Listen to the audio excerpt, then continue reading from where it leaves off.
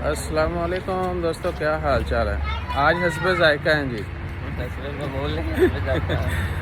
जुमा मुबारक तमाम दोस्त। अब आपको जुमा पढ़ ली है अल्हम्दुलिल्लाह। बताइए आपके रोज़े कैसे चल रहे हैं और ईद की छुट्टियों का आपने क्या प्लान किया, ईद की तैयारी कर ली नहीं की। सदका फितरात के मतलब ज़कात के मतलब भी याद रखिएगा। अपनी खुशियों में गरीबों को जो है ना वो नहीं भूलना है अपने।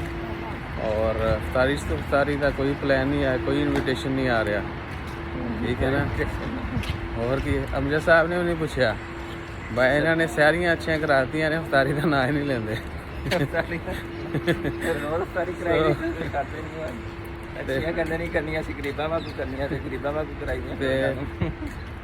खजूर जड़ियां ना सानू शुरू च अच्छियां मिल गई ने, हुण मार्केट जो खजूर भी अच्छी नहीं मिलती। तो देखते हैं। बाकी आप अपना ख्याल रखिएगा, दुआ में याद रखिएगा। जैसे मज़ीद अपडेट्स आती हैं वो भी शेयर करेंगे। जज़ाकल्लाह।